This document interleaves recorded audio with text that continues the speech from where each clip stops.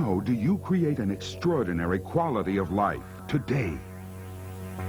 For nearly 2 decades, this one man, Anthony Robbins, has searched for and found that answer.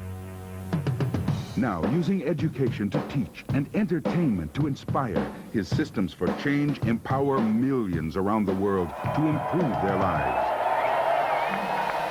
Live by satellite, on audio tape across 42 nations, from Russia to Germany, England to China, his impact is global. Oh, yeah, Tony Robbins is sought out as a peak performance consultant and turnaround expert. He has met with world leaders like Nelson Mandela and consulted with Mikhail Gorbachev. He has counseled U.S. President Clinton and Princess Diana. Tony Robbins provides the competitive edge in sports. He strategized with America Cubed, which brought home the America's Cup. He helped the LA Kings reach the Stanley Cup Finals for the first time in 17 years.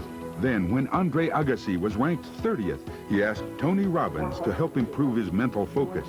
Within 6 months, Agassi won the U.S. Open and became the #1 player in the world.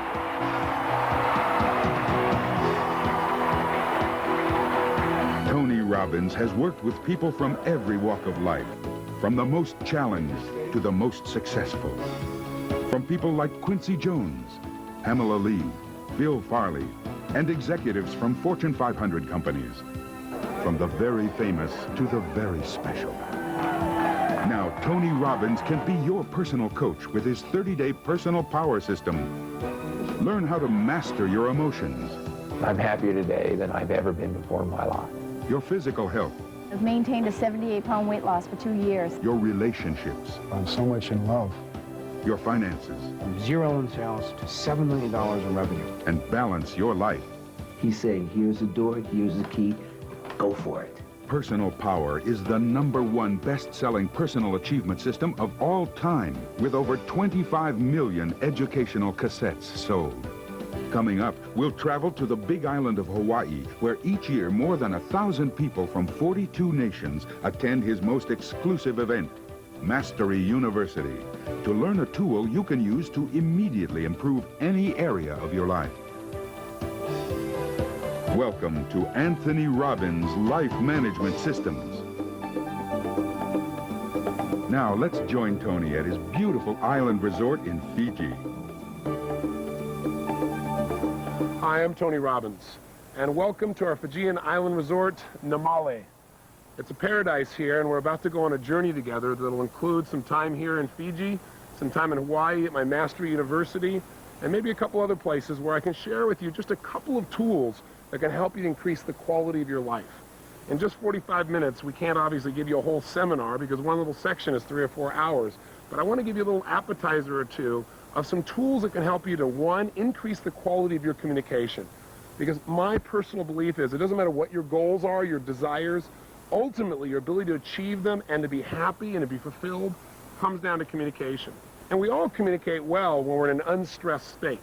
But when we get stressed, we start developing patterns that stop us. So I want to make sure that in order to have that quality of life where you can really manage your life effectively, you learn just a couple of tools in that area.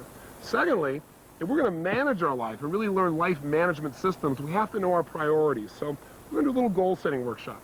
And you may have begun a part of that if you've already gone through the audio tapes of Personal Power, which I hope you've done, because that's ideal to go through before you go through this videotape. But if you haven't, you can do it here with me on the videotape together. And I can tell you that this little process is something that's totally changed my life and an amazing number of other people. In fact, sometimes when you begin a process, you wonder, oh, is this really going to make any difference? You know, it seems so simple.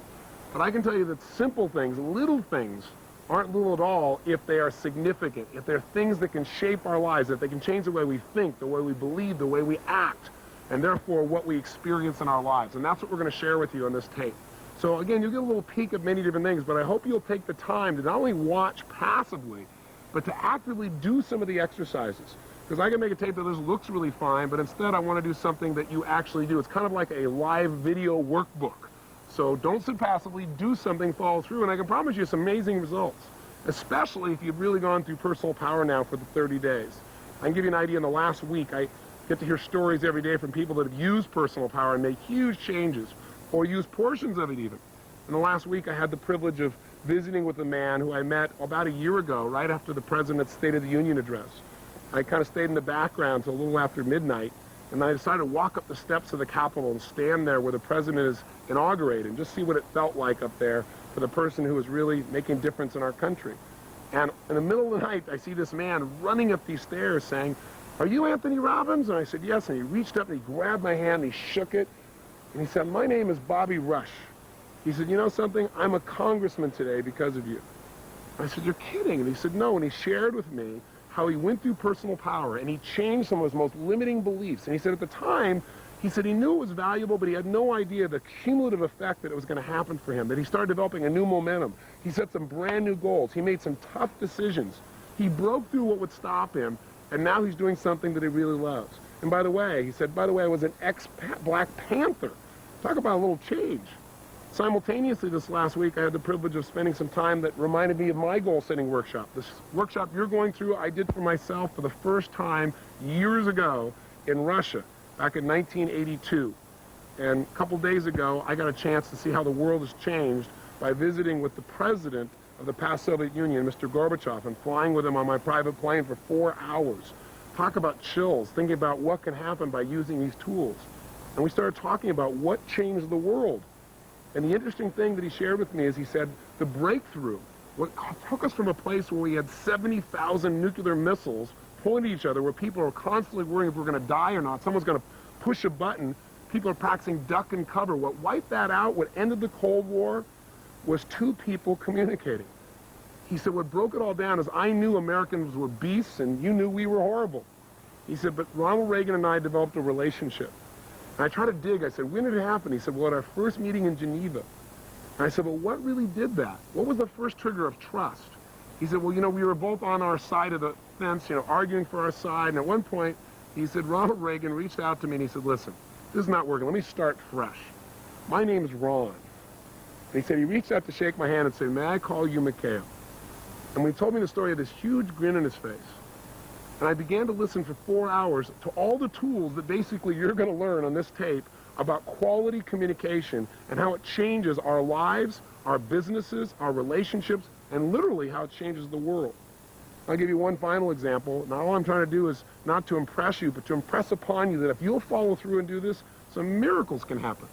And I'm giving you some famous names because hopefully they'll grab your attention and you'll think this is real. I tell you about John Smith, you might not listen. I'll give you one more. Michael Crichton, the writer.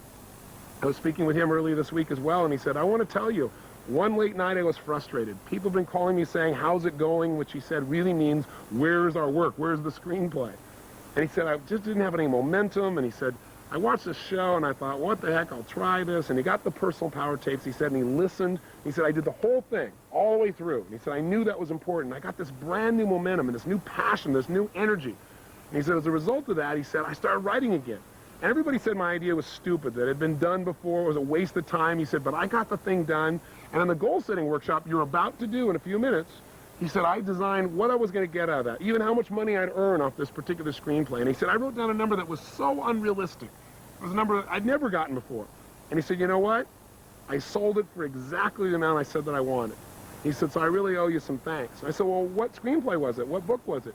He said, Jurassic Park, the best-selling movie of all time. He said, I guess I owe you a little thanks. I said, well, thanks, Michael. The point is, this process you're going to do is simple.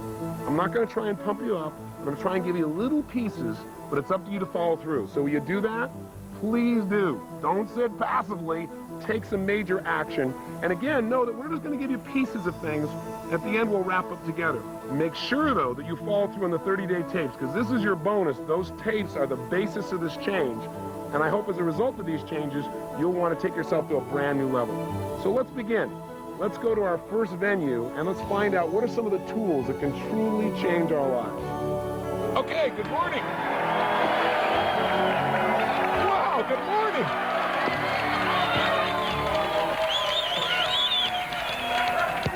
Another day, a lousy day in paradise, right?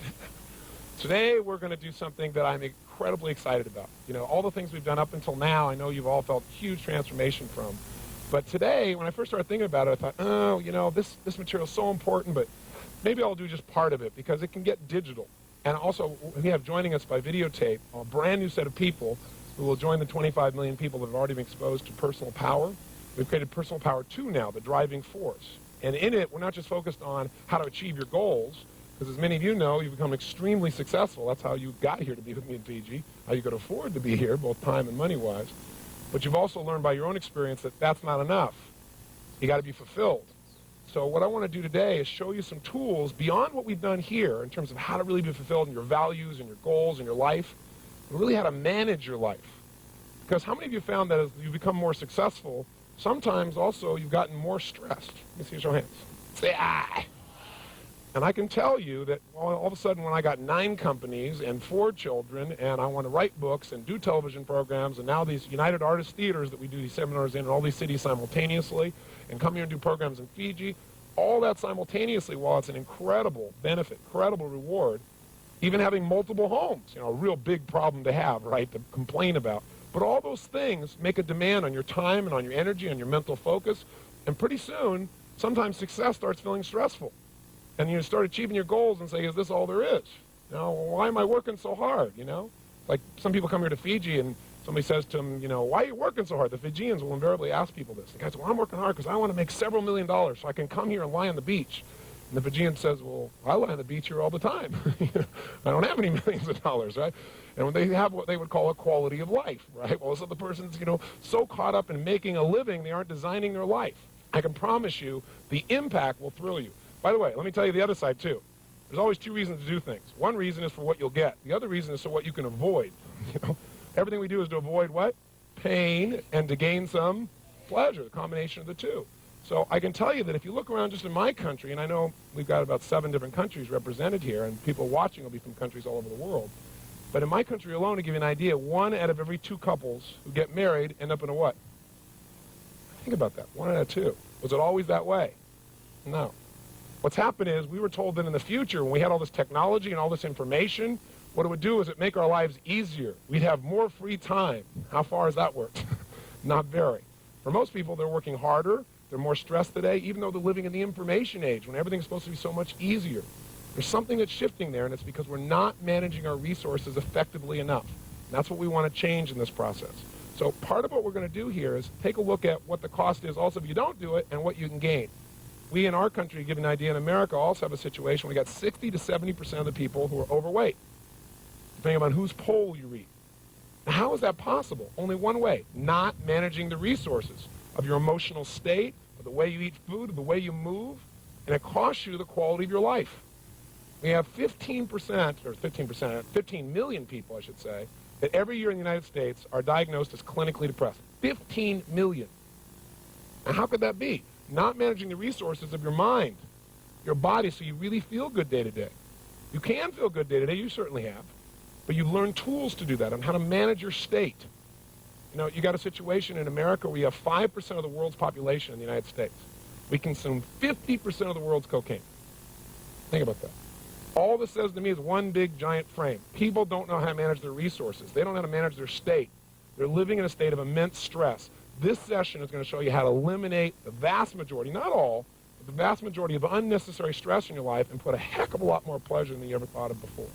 But I think before we start, maybe what would be nice to do, since we have these people joining us by video, is let's give them a big welcome from everybody here in Fiji, from, I guess, 7 different countries. Give them a big hand here. Let's welcome them here with us.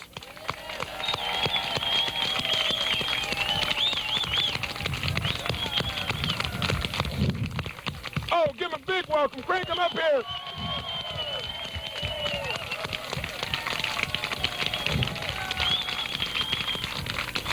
So, now, for these people watching the video, or the individual watching the video, probably thinking, this group is crazy. They're all hyped up. They're all motivated. What is this? They may just be watching this video for the first time. So I know most of you got here because some time ago, some of you years ago, some of you months ago, you were up real late one night, and you bought a set of tapes called Personal Power, and they've had a big impact on your life. That's why you came here to Fiji, to expand it to another level and became part of Mastery University. If you were trying to tell a friend what this has meant to you, somebody who's like, oh, will this really work? I just got started. I don't know if it's going to make a difference. It might help somebody as they're listening to think, yeah, I'm going to listen a little bit closer if I know it really works. Who here would share with them just a few seconds of what it's meant to your life? Back here, why don't you go all the way back in the corner? Yes, Donna. May I have this microphone, please?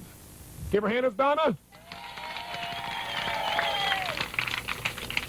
Well, I'm Donna Ringo. I'm from Louisville, Kentucky. I'm here with my husband, Bill, which I would have never imagined in a million years that this would have ever happened. So I want to thank you, Tony, but it all started by thinking I had everything I had ever wanted. We had always done dreams. We'd always done goals, written them down. I had a business that I had started and grew from a one-woman office to a 15 employees and sold it for over $1 million. And I thought I had everything I ever wanted. And I woke up one night with nightmares, crying because I was so unhappy. Just because you think you get what you want, it may not be what you really need and what you're destined to do. And I went out and watched the television. I was clicking through and I ordered the tapes. And the greatest thing I ever did was listen to those tapes for every single day. I didn't miss a day. I broke appointments so I could listen to Tony's tapes. And it has changed my life completely. I was always happy. Everybody liked me, I thought, or whatever, but I didn't connect totally with people. And I have lost 54 pounds. I have about 50 to go.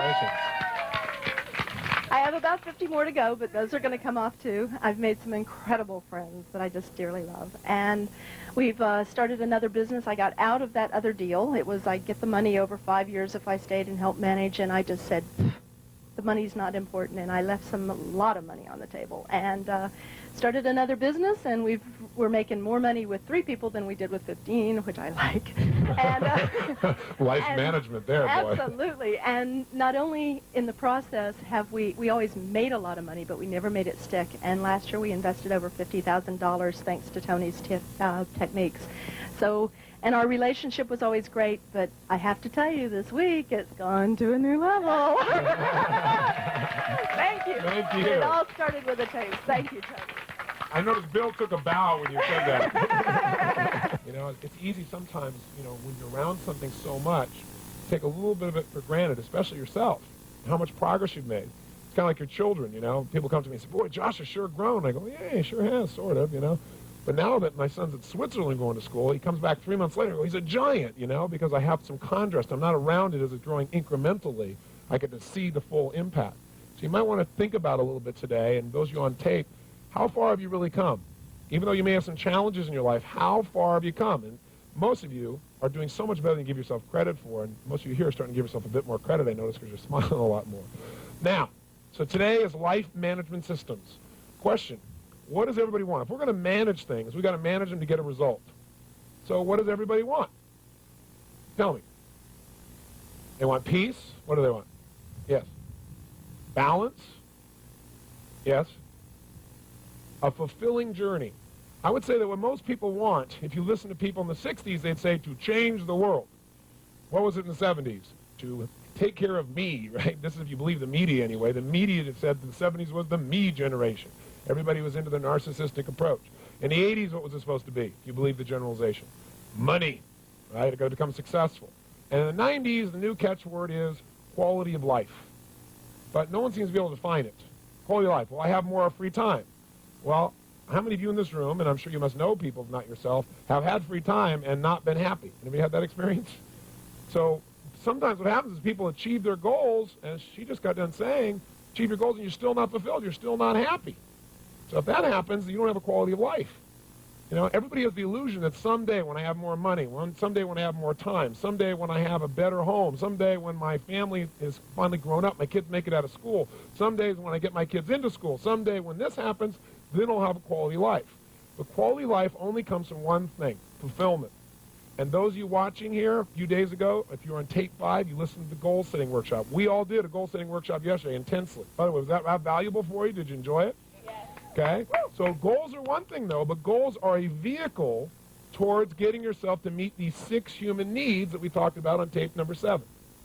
This whole idea, the 6 human needs, and how to make sure that whatever you're doing, you don't just do something that makes you feel good for the moment.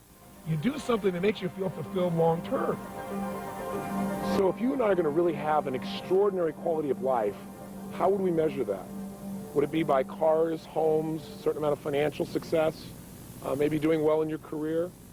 I have to tell you, I've had the privilege now of being with people from about 43 nations of the world.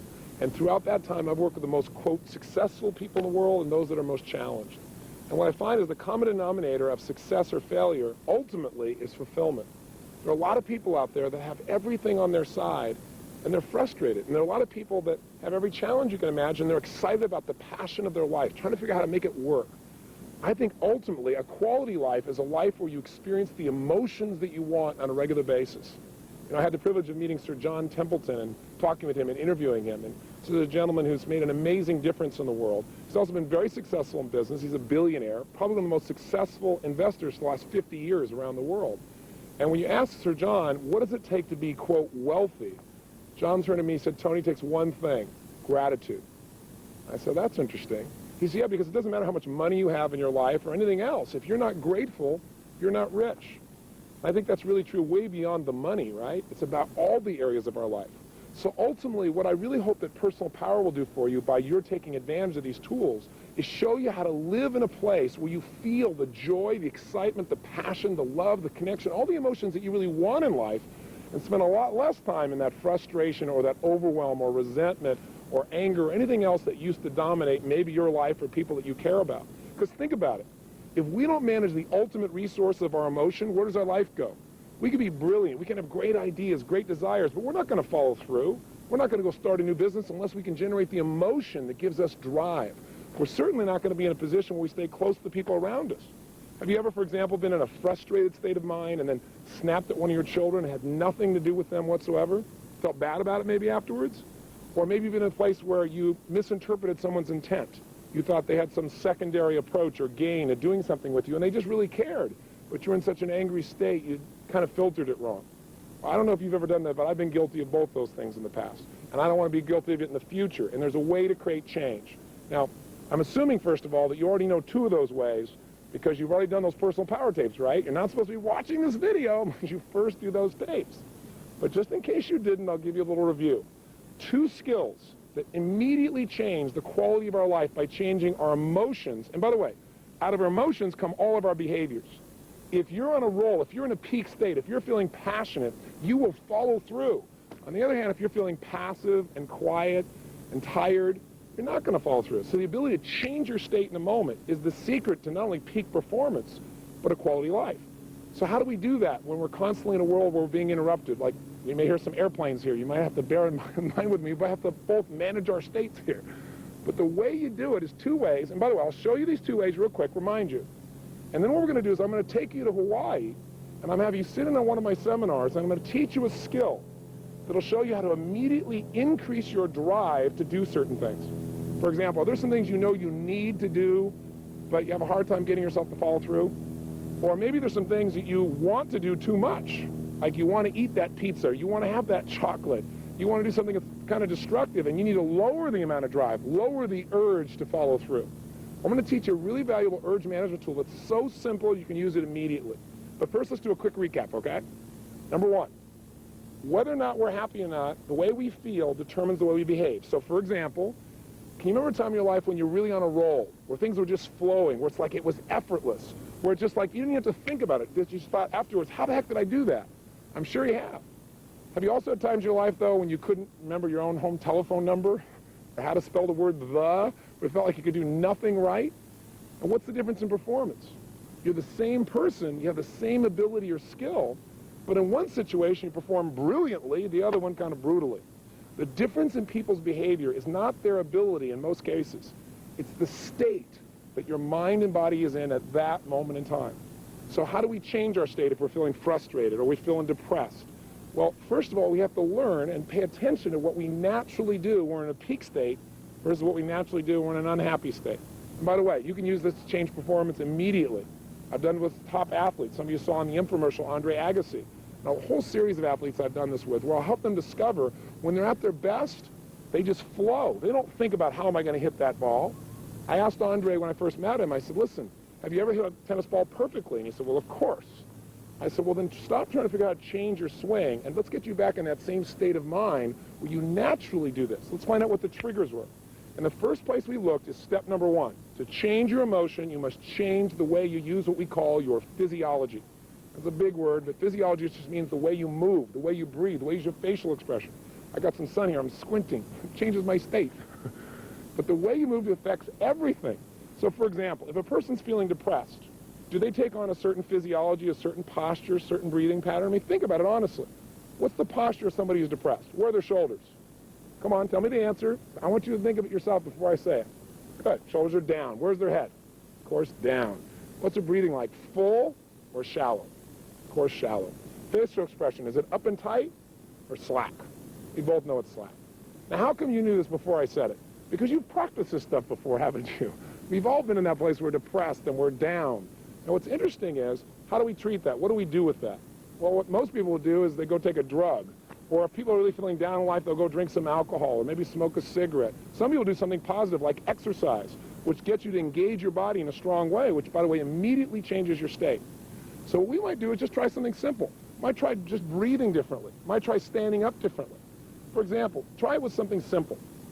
Right now in your chair, one of the challenges I have as you're sitting watching Fiji and some of this material we're sharing is you're not in a seminar. In a seminar, I help you to keep yourself in a peak state. Because the state of mind you're in determines how much emotion you're feeling, and the emotion attached to the information is what gets you to follow through. So right now, you're kind of passive. So right now, do me a favor and do you one too. Try this. If you were feeling kind of tired and bored right now, how would you be sitting? Hopefully not how you are right now listening to me. But how would you be sitting if you're bored and tired? Just try it. Come on, it's easy. Bored and tired. What happens to your shoulders? What happens to your body? What happens to your breathing? Bored and tired. A little frustration, that bored, tired, and frustrated. Right? Get that look on your face. Kind of right now, come on, try it. Just see what it's like in your body. See if there's actually a posture that goes with that emotion, a way of breathing, a facial expression. I think you know what it is. And if you went there real quick, that might be a sign you might want to change for the future. Now, in that state of frustration, imagine trying to design your life, trying to change your life. It's not going to happen. So now try this. Sit up in your chair right now. Come on. No one's watching. It's just you in this videotape with me. Come on. Sit up in your chair. Come on, sit up tall. Sit up like you'd be if you were really feeling unstoppable right now. Has there been a time in your life when you felt like you were on a roll? Like, man, nothing you tried would be stopped. If you'd find a way to turn it around, sit up in your chair that way. Breathe the way you'd be breathing if right now you felt really good.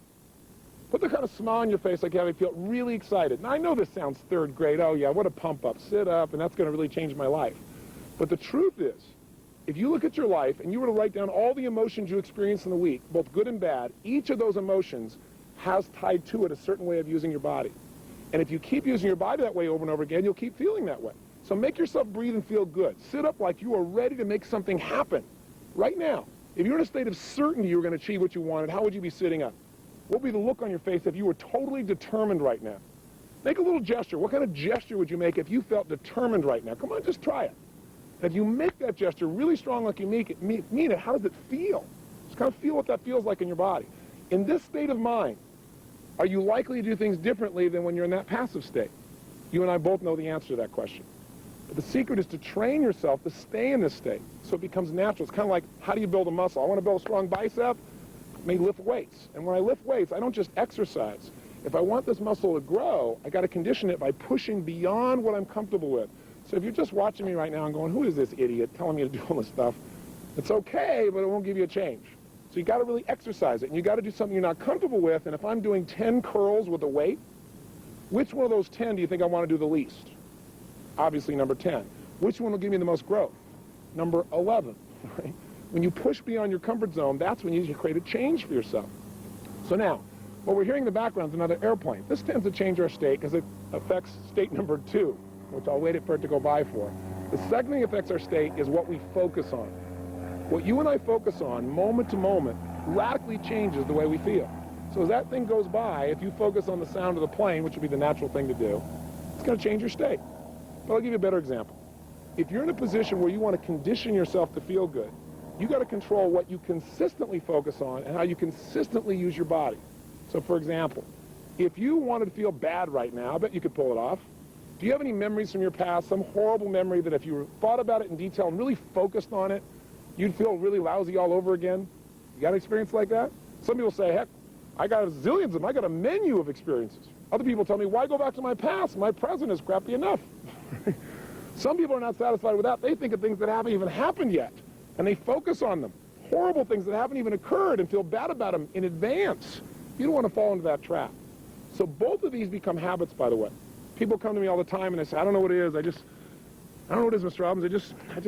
I just feel down all the time. Why do you think I feel so down? Well, part of it is, look at their body. Part of it is what do they constantly focus on, how things haven't worked out, how they can't turn it around, and their body's in a lousy place. Pretty obvious. Other people say, I don't know what it is, I feel so up all the time. Why do you think it is I feel so up all the time? And it's pretty obvious. But we forget the fundamentals, don't we? We turn, most of us, we don't like the way we feel, to alcohol again, or cigarettes, or smoking, or sleeping, or we go watch TV to change our focus, to take us off what we're focusing on that makes us feel bad and make us focus on something else that maybe feels okay for the moment. Or you go shopping, or you change the way you're moving, you feel pretty good, and you focus on something else. But none of those give you a long-term benefit. In fact, some of them have some negative side effects.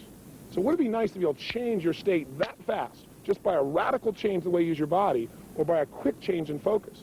And by the way, people come to me all the time and say, I don't know what it is, Mr. Robbins, but I'm really angry all the time. They make these horrible looks on their faces.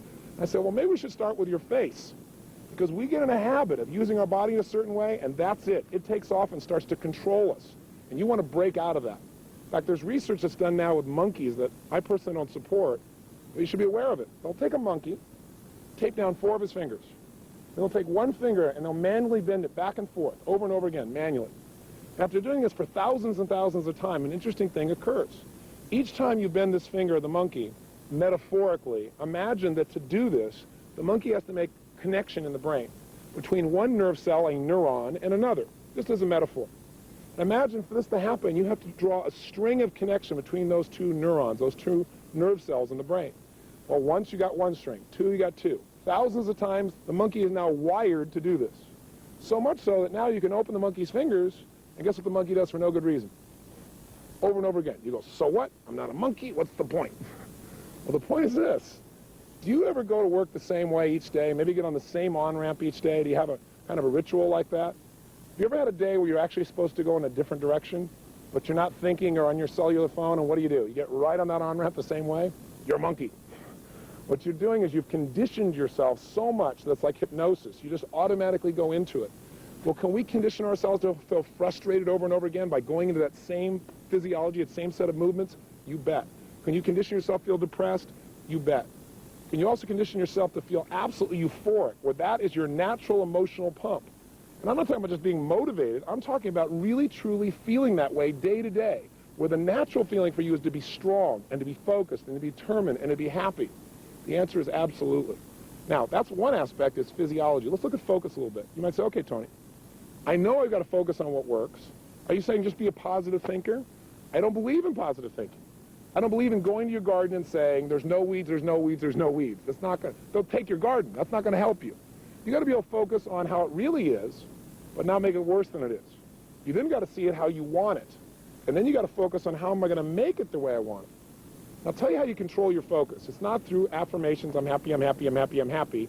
I'm really happy, I really am. With that physiology, no matter what you say, you're not going to feel happy. But what it really is coming down to asking yourself better questions. You see, every moment while you're listening to me right now, every moment in your life, you're, quote, thinking. Thinking is nothing but the process of asking and answering questions. Here's the problem. Most of us ask questions unconsciously. And ask and you shall what? Receive. So if you ask lousy questions like, why does this always happen to me? Well, it may not always happen to you, but your brain is like the ultimate computer. If you ask it a question, it's got to come up with an answer. It's got to make one up. So if you say, why does this always happen to me? Your brain goes to your schmuck. Or some people say things like, how come I can never lose weight? Your brain goes, because you're a pig. You ask a lousy question, what are you going to get? A lousy answer. A better question might be, how could I lose weight now and enjoy the process? Because if you say, how can I lose weight now, your brain will just go on a diet, and you go, oh, I don't want to go through that again. But if you say, how can I lose weight now and enjoy the process, your focus goes to not only achieving, but enjoying the process. You might say, I've always wanted to ride horses. Maybe I'll take horseback riding lessons. I won't even be thinking about it, I'll also lose weight. Do you get the idea of what I'm talking about? I'm doing it quickly because in Personal Power we've talked about these, but I want to remind you of them because the questions you ask yourself and the way you move radically changes the way you feel. The way you feel determines what you're going to do. In a frustrated state, you're not going to go out and be totally loving. In a frustrated state, you're not going to go start a business. Remember, it's not our intellect that makes us do these things. We don't marry someone because we made an intellectual list. You marry them because they ran off with your heart and you're passionate to be with this person. You love them. You start a business because you found some drive inside of you. Because it's hard to do those things. But the rewards are in who we become as a person as we live in these states, and they are habits. So you might want to take my little test. You might want to take a few minutes, stop this videotape, and actually write down a list of all the emotions you experience in a week. I mean, both the good and the bad, honestly. Right? What are the terrible feelings? What are the not-so-good feelings that you not feel once in a while, but consistently feel? What are the great ones?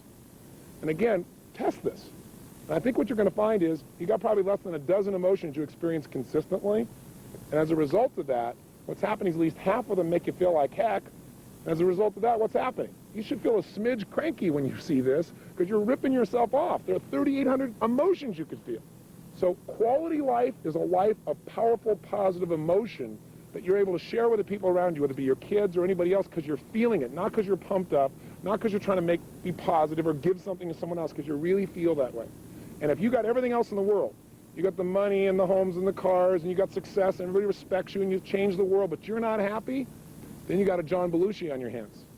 A guy that tons of people love, did what he loved in his life, and he's gone because he didn't make himself feel good. He made everybody else feel good.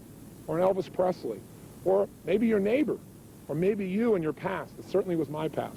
So I really want you to take a look at this. Let me offer you one other little tool, and then I'll take you to Hawaii. It's a simple little thing. So simple. See, I'm a big believer in profound knowledge. Profound knowledge to me is something that is so powerful, but is so simple. It's something that as soon as you understand it, whether it be a strategy or an idea or a distinction, that the minute you understand it, you can immediately change the quality of your life as well as anybody else's life that you have the privilege to actually touch. So here's a simple idea. I call it incantations. We all know about self-talk. You know, you should talk to yourself right. But you can self-talk yourself like crazy. You're great, I'm great, I'm great, I'm great, I'm great, and still feel like heck. So that doesn't do it. We know about affirmations. I'm happy, I'm happy, I'm happy, I'm happy. The difference between an affirmation and what I want to talk to you about is something I call incantations. The literal dictionary definition of incantations is magical words spoken forth. Now, when you speak magical words, they have an impact on you. What's the magic that takes a word into something that actually changes our life? Well, repeating it over and over again is okay, but it's emotion. I mean, think about it. That's what starts wars. That's what makes you fall in love. That's what changes your life is emotion. So we have certain phrases that we say to ourselves a lot, over and over again. But when we say them and add emotion, they literally put us in a form of almost hypnosis, kind of like incantation. Think about the times of King Arthur and the spells that used to be put on people to turn them from a frog into a prince or vice versa. Well, we use these incantations all the time. People say to me things like, you ask somebody, could you go get me the salt? In their head, they're on the way in going, I don't know where the salt is. I really don't know where it is. It's right over there to the right. I don't know where it is. You keep saying, I just don't know where it is. You open the cupboard, you really look, you keep saying, I don't know, and finally you say, I can't find the salt, amazingly. So person comes in, they walk right next to you, reach right in front of your face, and they go, what is this? You go, the salt. Have you ever had an experience like this, honestly? Well, the salt was right in front of your face. Did you see it? Yes. How come you didn't perceive it? Because you'd literally given yourself, in psychology, what we call a scotoma, a blind spot. You'd hypnotize yourself into literally not seeing it. Now, we do this with our lives all the time. People say, I just can't do this. I just can't get myself to follow through. I can't get myself to follow through. I just can't. Why do you think I can't get myself to follow through? Well, it might have to do with what you say 20 times a day with all the emotional intensity you can possibly generate that's creating this challenge. You got to notice that. Or, I love chocolate. I just love it so much I can never give it up. Now, teach me how to give it up. Well, nothing's going to change you if you keep giving your brain and your body a direct command through incantations. And by the way, you can use incantations to enhance your life. What if when you were running, you were saying, I'm a lean, mean running machine? Or every day and every way I'm getting better and better. An old affirmation from an old book from years ago that most of us know, but do you use it? See, my whole thing in life is so much stuff that makes a difference in life is simple. We know it. But the difference in life is knowing doesn't change your life. Doing does. Lots of people know what to do, but they don't do what they know. So what I want to do right now is have you just think about, put yourself in a strong state. Sit up in your chair. Don't be sitting passively anymore in here, because that's the challenge. You're not in my seminar. My seminar, I'd move you. Because the last part of emotion, I should mention, is conditioning. Just like those monkeys, what makes them go is repetition. Here's what they found out when they did this training of their fingers. If they take down the fingers and they move this finger, but while they're doing it, they create a tremendous amount of emotion in the animal. And the way they do that is they stimulate the pleasure center of the brain in this monkey while this is happening. Pleasure, while it's happening. Pleasure, while it's happening. Pretty soon, guess what? It doesn't take thousands of times, a dozen or two times, and the monkey does this constantly. Advertisers know this. How the heck do you think they run all these commercials? Commercials have very little to do with what the product really is. In a beer commercial, do you get reality? Do you get a big guy with a nice beer belly grabbing his buddy by the head, pounding him, going, love you, little buddy? I don't think so. What you get instead is some really sexy, attractive woman or man who's drinking this beer looking wonderful, as if that had anything to do with the beer. See, the reality is it all comes down to attaching emotion to what it is you want. Every advertiser knows that.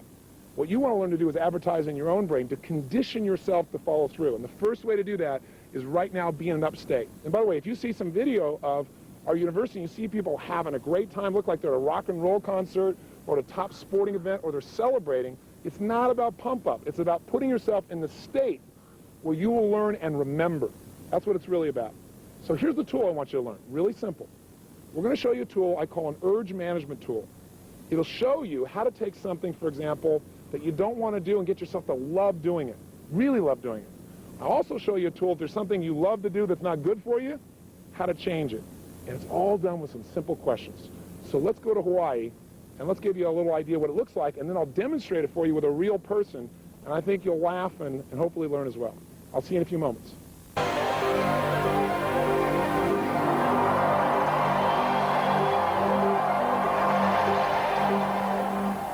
I want to give you one other little tool, and it's a tool that is so simple again. It's like my idea of profound knowledge is when you take something complex and you figure out how to make it so simple, anybody can do it. You can even use it immediately, it's easy, and it produces a result. Now, I'll tell you what the tool is. It's about how to change the quality of any experience you have in a matter of seconds. Any experience. Lovemaking, a business situation, a meal, exercise, anything. And the tool I'm going to talk to you about is called the quality quantifier. And what it really is about is how to increase the quality of any experience you have. I developed this tool because people have used like the personal power product, for example, around the world and made major changes in their weight. For example, how many of you use that product to lose some weight? Let me see your hands. Now, do people overeat every moment they're alive? Yes or no? They only eat when they're in an overeating what? State. When you get in that state, you lose all your consciousness about what to eat, about how to eat, about how much to eat. It's gone because you're in a state of such urgency. And when people are trying to make their life better, they have to be able to do it by being conscious. But what happens when the urgency rises, your consciousness disappears, and all of a sudden you lose all of your faculties. So I started thinking, have I ever been in a state where I felt like I had to eat, but then something broke the pattern, and I forgot about it for a while? How many of you had that experience? You thought you were starved, something broke your pattern, and you lost the urge. It's not that you can't manage your behavior, it's that you're not managing your urges. Because if the moment of the urges you took something to take control of it, you could have changed it all. So in order to do that, I was at a friend's house, and I was thinking, okay, how do I help people manage those urges? There's so many tools. I want to create something so simple anybody can do it. I thought, there's certain levels of urges. They have different levels. Some urges you feel driven. Some urges you feel like no matter what, you're going to have it right now. Like how many of you have ever broken some of your own health rules because you got in such an urge state? Okay? But other times, like you could have that food you think you're normally addicted to. It's sitting there in front of you and you don't even care. Have you had that experience too? And not because you were full, just because you weren't into it. So I said, well, let's quantify that. There's a quality of experience, there's a quality of our state where we follow through, where we follow through a little, where we don't follow through at all, and where literally no one can make us follow through, make us eat it. And everyone has this capability. It's all a matter of manipulating our focus, our perception, the meaning we attach to things. So I was at this friend's house, and they had some banana bread sitting on their coffee table. And I looked at the banana bread, and I asked this lady there, who I know, I said, what's your level of desire for that banana bread right now on a scale from 0 to 10?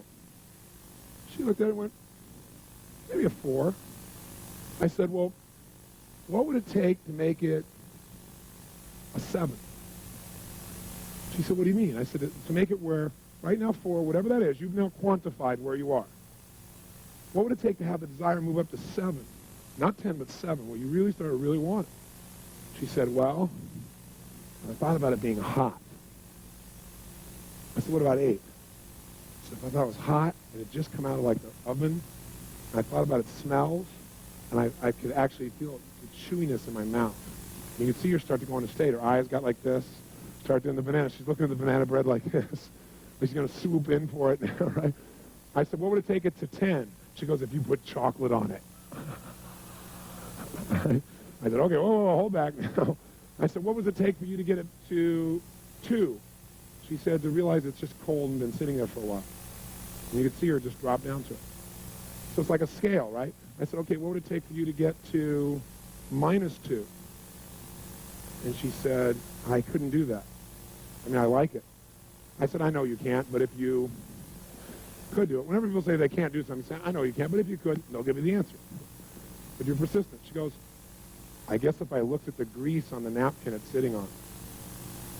And I thought about that going in and, then I wouldn't want it at all. You could just see her whole state change. I said, what would it take to make it -5? She said, if I saw all that grease like crumpled together, like coming out my pores, like acne or something. Ugh. I said, what would it take for it to be -10? She goes, oh my God, if I thought it was going to make me sick. She goes, if I thought it would make me sick, I'd throw up. Or, oh my God, I never do it. I said, what would that be? And she started getting this really state. I said, you want it? She goes, no, I don't want it. I said, well, come back here for a second. Imagine it being hot, and moist, and chewy. And she went, oh yeah. I imagine chocolate on it. I said, no, come back over here. It's really cold. See, it's cold. See that? And literally, I could just move her up and down the scale of urgency. So I'm watching this and I'm saying, wow, this is amazing. Being able to shift back and forth. And by the way, people usually, to get to -10, also have fear of loss. It's that they be sick, or they lose their freedom, or it would do something to them that's horrible, some form of pain. Pain, the loss of pain, the fear of loss, that pain seems to push people through the low roof for urgency. Like when you say, oh my God, I haven't eaten in 12 hours. That'll move you up there real fast. I'm starved. At the same time, you think something's going to make you sick, you'll avoid it at all costs. It becomes that other level. So I started saying we all have the resources inside to change where we are on the scale from one place to the other. But then I started using this thing, thinking, wow, I could do this beyond food. Most people in life have experiences where they go out and do something and see how it turns out. How silly. How stupid. So I was here in Hawaii for a program a couple years ago, and a good buddy of mine, we run together. We went out on a run, and it was a really hot day, and we were on the Big Island that year. And the place we ran was like where all the volcanoes have just desolate, made it desolate. There's no trees, there's nothing.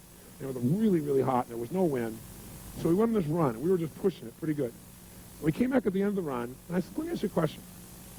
I said, how would you rate that run we just did on a scale from -10, worst thing of our whole lives, to +10, the best run ever? He said, I'd say it's like a 6 or a 7. And I said, that's exactly where I rated my head, too. I said, let me ask you a question.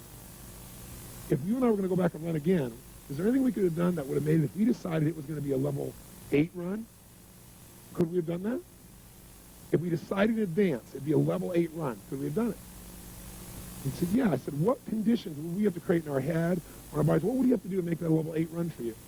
He said, if we would have run like in unison as we're running, because sometimes you went ahead and I went ahead, and we went kind of back and forth, and sometimes we're going back here and there, and sometimes we're teasing each other. But if we were running in unison, he said, that'd be an 8 for me.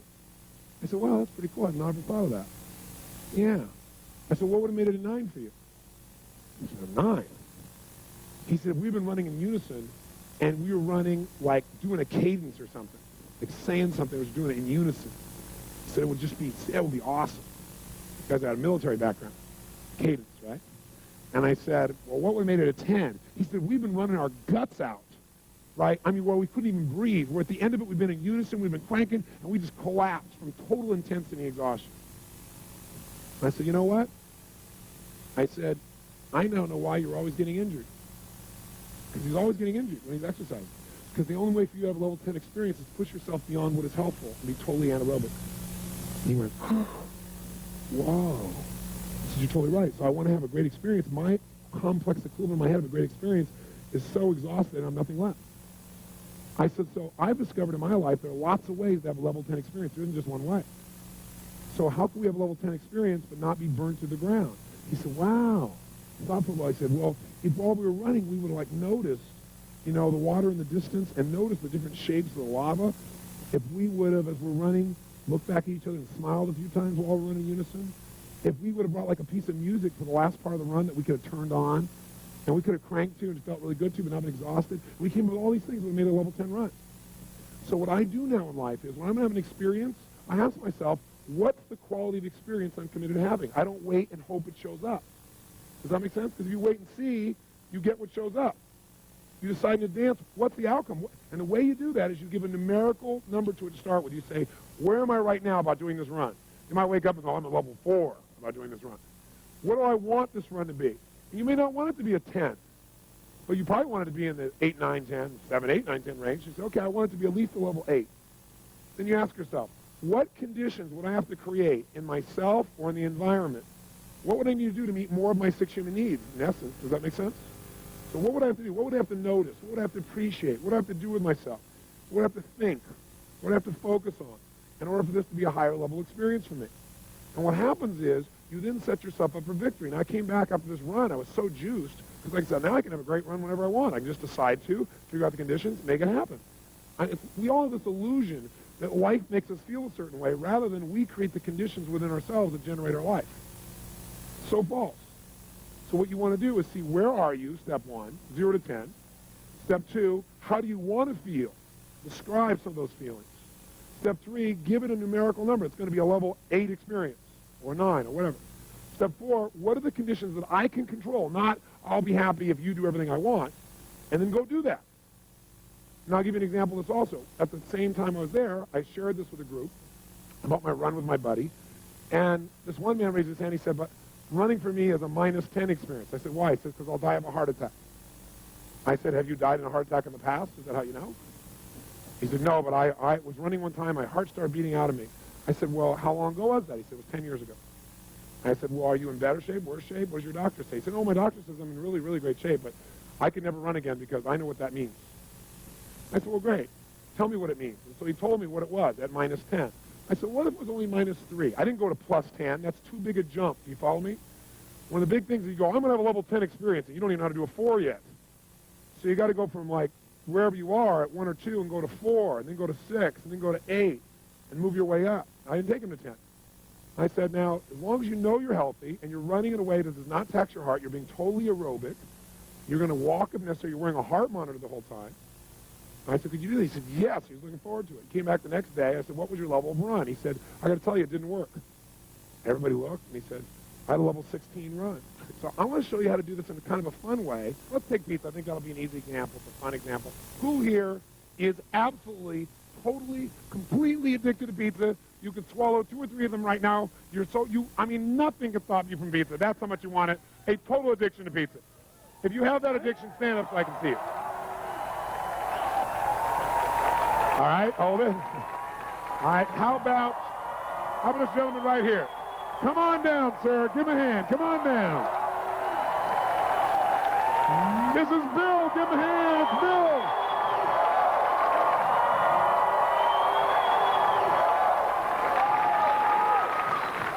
First point is you got to recognize where you are currently about the task at hand, whether it's running, whether it's pizza, anything. So you're going to assign a numeric value to your experience. You're going to say on a scale from -10 to what? +10, where are you? So we'll say to you, on a scale, Bill, from -10 to +10, where are you around eating pizza? +10. Is it just +10 or is it above +10? +12. +12. Is that about accurate? Yeah. +12. Okay? So then, most people never decide in advance the level of quality, pleasure, joy, excitement, or even pain that they're committed to experiencing to a given task in advance. So the second step is to consciously describe what feelings you want to experience while doing a particular activity. The third step is to decide and quantify. You say, I'm going to give it this quality, I'm going to make it a level 10 experience, 9, whatever. The fourth step to the right here is you're going to ask yourself the question, what conditions must I create inside myself or the environment in order to experience this at a level of quality, at level whatever? Okay? What do I need to focus on, appreciate, what do I need to do with the task in order to change how I feel about it? What we'll do here with Bill is we will ask him where he is, and we'll get him to move things for us and tell us what he has to do to change it on the scale. So, Bill, if you imagine this is our scale from -10 to +12. We'll have to add 2 more here for Bill. Okay, so +12.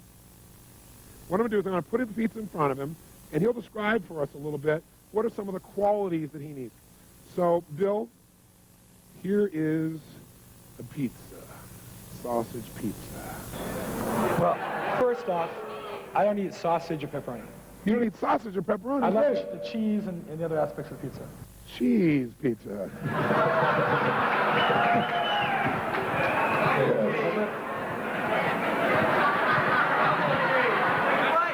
What's your level of desire for this pizza? Right now it's only a 10. It's only a 10. It's only a 10.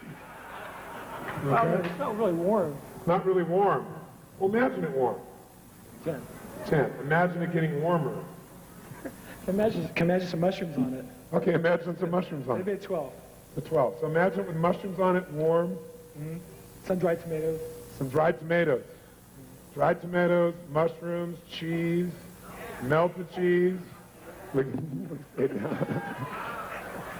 Dripping with cheese. Dripping with cheese. Extra cheese. What kind of cheese? Extra cheese. Extra cheese. What's your level of desire at that level now? About 15. About 15. Okay, so extra cheese. Does that help him get in that state? So let's write down, what does he do to get it higher? Write it down on your little sheet here. To get even higher, what does he do? He adds in his mind that it's really hot. He adds in his mind that it's got mushrooms. And to get it to 15, he puts on extra what? Look at his face when he even says it. Look at his face. And sun-dried tomatoes, thank you. Now, think about this pizza now, and I want you to take this pizza, if you would, and put it down, if you would, to level 8. Go ahead and hold it with the other hand. Level 8. Tell me, what do you got to do to make it level 8? Let's say. It's not really, it wouldn't be warm. It'd be warm.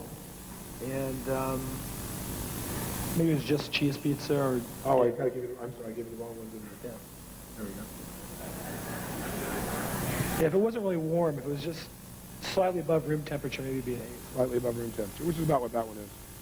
Okay, so that's an 8. Bring it down to a 3. It'd have pepperoni and sausage on it. Okay. Hold both of them now. It looks more attractive when he's got more. Did you see his face? Oh. I still want to drop it. Okay, that's fine, no problem. So make it a 3 and it's got sausage on it because you don't eat sausage or pepperoni. Because after all, you're one of those guys that has a pizza and a light beer. I don't drink beer either. Oh, okay, you don't drink beer either. Do you have a soft drink? Diet Coke. Before the seminar. Before I understand. I'm not on your case. I'm your buddy. But isn't that what we all do? It's not just him. Yeah, give me a big extra cheese pizza and a light Coke. Okay, it's a sausage. Make it a 0. What you should be noticing is not just what he says. Do you see the change in his head? Do you see the change in his breathing? Or his facial expressions? Is he in the same state? Yes or no? Is he even close? Where is it now, 0 to 10? 0. So 0 is it's been sitting out for an hour. Make it -3. It's pepperoni and sausage, and it's been sitting out for an hour, and the grease is kind of coming out of the meat. The grease is coming out of the meat. Can you picture that? Mm-hmm. Can you see that? Yeah. Yeah. And what if it was a cheese pizza, but it's still -3? And it had also mushrooms on it, and it also had extra cheese, but it's still -3. And it even had tomatoes, sun-dried tomatoes, but it's -3. How do you do that? It's been sitting out for a while, How long? a couple hours. How do you know when you look at it? It's kind of glazed over. I guess the sugars come out from the cheese on top. It's kind of glazed over, maybe hard. Getting hard, the sugar is glazed over on top. Anything else that makes it a -3? Well, that'd be it. Okay, make it a -7.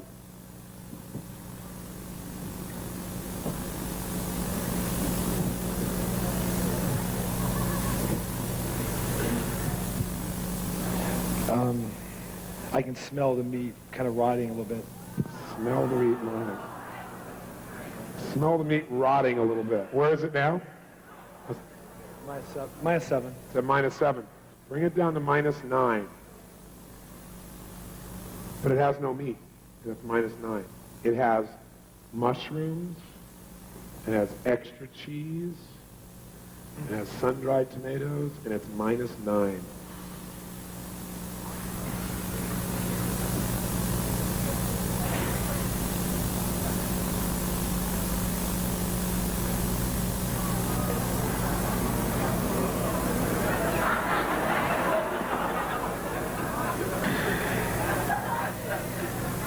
I'm kind of fighting the urge because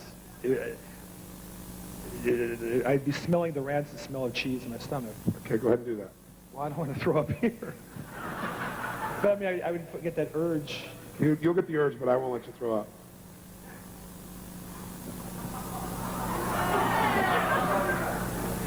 Tell us when you're at -9. You won't throw up till we put you at -11. We won't take you that far. But you'll be real close.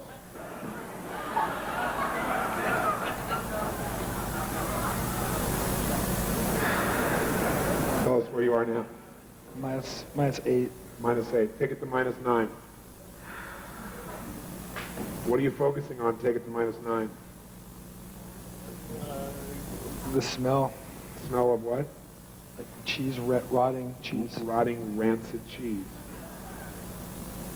Can you see what it looks like too? And smell it? I couldn't even look at it. Can't even look at it. Go ahead and look at it while you say that. Look at it. Think pizza. That's it. Just look at it. Think pizza. Tell me when you're at -9. Imagine mushrooms, extra cheese. Mushrooms, extra cheese, pizza. That's it. Mushrooms, extra cheese, pizza. That's it. Mushrooms, extra cheese, pizza. Where are you right now? Scale from 0 to 10. Mushrooms, extra cheese, pizza. Smelling the rancid smell. Look at the pizza when you think about it also. See it and smell it. That's it. Hang on, hang on, hang on. That's it, that's it. Mushroom, extra cheese, smell it. Smell the rancid smell. That's it. Smell the rancid smell. That's it. Smell it. Smell it. There it is. Smell the cheese. You can smell it. That's it. Smell the extra cheese. That's it. Smell it. Extra cheese. I'd like some extra rancid cheese. Where are you? 0 to 10, right? -10 right now. -9, -9, -10. Don't go to -11. Don't go to -11. Okay.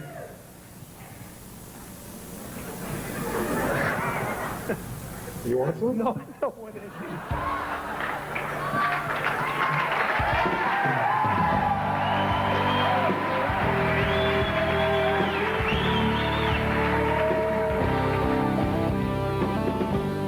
So does that look like a fun and hopefully valuable tool? I know it's deceivingly simple, so you might say, well, I don't know if that's really going to change the way I really feel, or maybe it'll change the way I feel for the moment, but it's not going to last. In fact, Lisa Gibbons, who was the person who interviewed me in the infomercial that you saw before you got these tapes, she was at that program, and afterwards she came up to me and she said, how did you know he was going to change so fast? I said, because everybody does. We all have the same nervous system, and when we use it effectively, it's like a computer. When you know the right code, you can change it rapidly. It's this hypnosis we have that change has to take forever. It has to be painful that keeps us from changing. And I said, it'll last, or you watch. She said, well, we'll see. So we just followed up about a year later with this gentleman, Bill. And what's interesting is, not only has he not touched any pizza for an entire year, I mean, not even close, but he said he's never touched any more cheese. And here's the best part. Is it because he can't? No, he could go back and change it tomorrow if he wants to. I'm not about taking away people's choices. But he doesn't have an urge to. He doesn't have any desire, is what he said. I just don't want it. Wouldn't it be nice to eliminate one of your addictions through this simple process? Now, it's true if you are, like, say, loving chocolate, and you keep saying, I love chocolate, I just love it, I love it, I love it, I love it, I love it, and you give yourself this incantation, remember that? Or with all this emotional intensity, you talk about how much you love it all the time, and then you go to do this to change, highly unlikely it's going to last because you're going to be giving your brain a different message. So you have to make sure that you control your internal dialogue by creating a new incantation that supports you, and you have to make this adjustment. So I want you now to do this so you see that it really works. You can do it with food, you can do it with something that you're doing right now that's not so good, and figure out, okay, if right now my level of desire for this food is at a 9, and I don't want to eat this food or this alcohol or this whatever, how would I lower it? And don't try and go from 9 to 0. It might be too big a jump. Let's say, well, what would it take for me to only like it enough that I considered on a 0 to 10 scale to be a 7 or a 6? And really think about it. And by the way, the state you're in when you're asking these questions makes a big difference. If you're sitting passively going, well, what would it take for me to feel like a 7? Your brain won't have the answer. You got to ask a question where you're telling your brain, I expect the answer. You got to have certainty when you ask a question that you're going to get the answer. If If you don't have certainty, it won't work. So put yourself in a peak state and then say, okay, now what would it take for me to have this be like a 3, a 0? And write it down, and you'll find a little chart that's enclosed with this videotape that can help you track it. What about a -2? What about a -6? And what you'll find is exactly how to increase your desire, or decrease your desire, I should say, or increase it if you want to. And by the way, what is this really about? Quality of life. We talked about setting goals for quality of life. Here's what I want you to do. I want you not just set a goal for the quality of your life. I want you to decide and make it happen. And the way you do that is, if I'm going to go on a run here on the beach, I don't want to just go for the run and see what shows up and whether I enjoy it or not. I want to decide in advance what the quality of that run is going to be for me.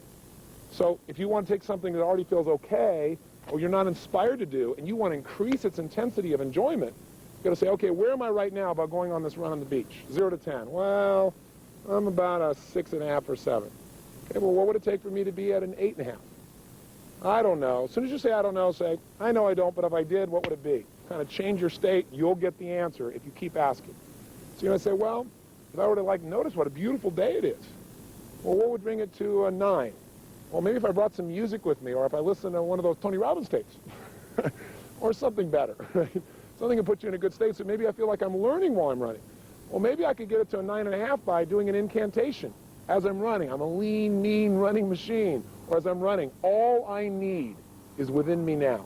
All I need is within me now. All I need is within me now, with tremendous energy and emotion.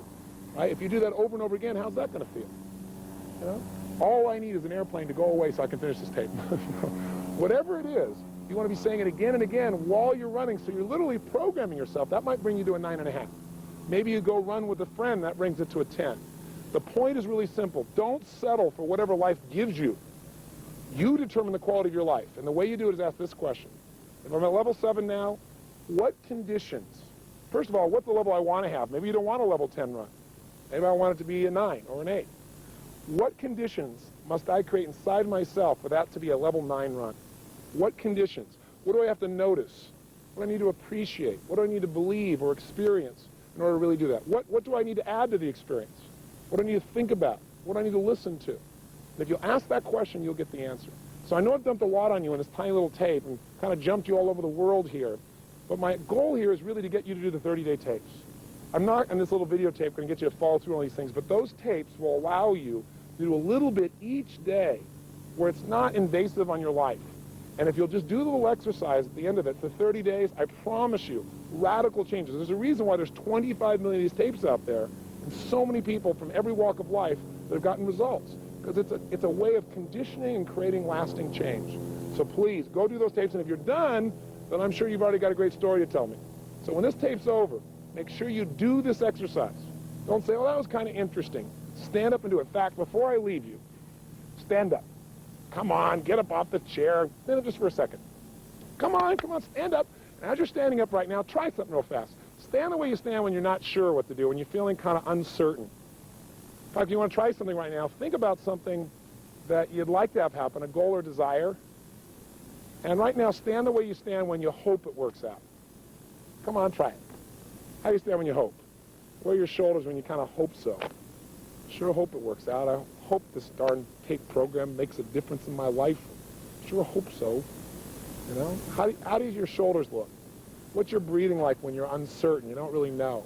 Where's the weight in your body? Where do your hands tend to go? Say something in an uncertain tone. There's nobody around. It's just you and me on tape. Go ahead, try it. Yeah, I hope so. Hope, hope, hope, hope, hope. What does that feel like? Is your voice loud or quiet? Slow or fast? Shoulders, hands, where do they go? How does it feel about your ability right now to actually achieve this goal? Probably not very great. When you think about it, maybe you think about it working and also not working. Now try this. What if you were worried? What would you do? Try and be worried a second. What do you do? Maybe tense up a little bit? You get out of that. Put yourself in a state of certainty right now. How would you stand if you were absolutely determined that your goal would become a reality? That you were going to use this to truly change your life? Come on, if you're not standing up by now, please stand up. Right? Stand up. Feel strong. How do you stand when you are totally determined to make something happen? If you knew beyond a shadow of a doubt, you have decided this will be and therefore it will be. If you didn't even know how you're going to do it, but you just decided you were going to find a way or make a way. Have you ever been in that place where you felt like you're in a role, where you felt like nothing was going to stop you? Even if you haven't, stand that way now. Who do you know who's unstoppable? Stand like that. Pick some movie character, an Arnold Schwarzenegger or somebody outrageous, somebody, and be in that state. Because remember, when you change your posture, when you change your breathing, most importantly, when you change the way you move, emotion is created by motion. The tempo at which you say something will change you. So right now out loud, in a state of certainty, say anything out loud about your goal. I will achieve it. I will make this happen. Whatever you want to say, but try it right now. And that state of certainty, do it now. Come on. And that state of certainty, right now, feel how good that feels. And in that state, I'd like to ask you to take some action. And the action is do this exercise immediately. So either pick something you want to lower your emotion for, or pick something you want to enjoy more and change it right now. When you go turn this off, take action. If you do, I'll know you'll have some nice results to tell me as well. And I hope, after you finish these 30-day tapes, you'll write me a personal note about what's happened in your life. That's what I do this for the most. That's what juices me. I'd love to hear the story of your success and your enjoyment. And also, I hope I get a chance to see you in person. I gave you a $100 discount to come to one of my seminars because I hope you'll come take advantage of that. There's nothing like being in the environment where you get personal live coaching to get something done. And if you join me at Master University, you won't just get mine, but you have people like Norman Schwarzkopf teaching you leadership, and people like Peter Lynch, who's taught in the past for us finance, and people like John Gray to show you how to make your relationships work. So if you're interested in that, please look in the back of your book or call us with the number at the end of the show. But I just want to say to you that I hope this is not the end but the beginning of our relationship. But regardless, what I wish for you the most is a quality of life that is extraordinary. And that's done by you deciding to make it that way and using the God-given talents that you and I already have. So create an extraordinary life. Enjoy yourself. Take care of yourself and your family. Make a difference in the world. And most importantly, live with passion. God bless. I hope to see you soon.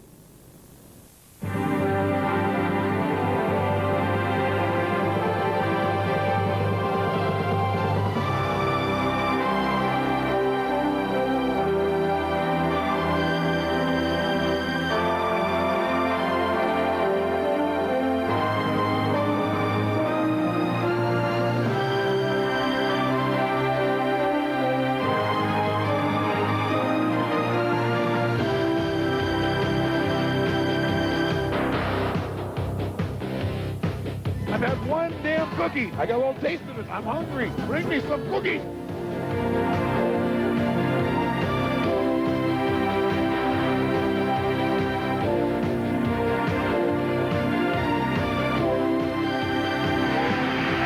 You want to make God laugh? You tell him your plan.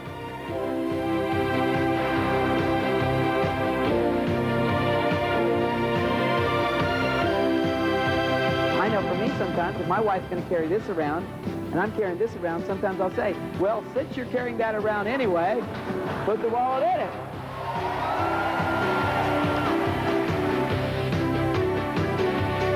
If you competed with those folks, you knew they were great. You should have bought the hell out of that stuff.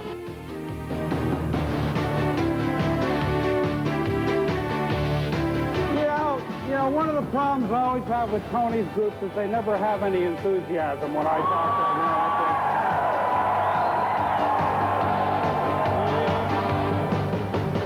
them. Well, dear, I think you should do what you think is best.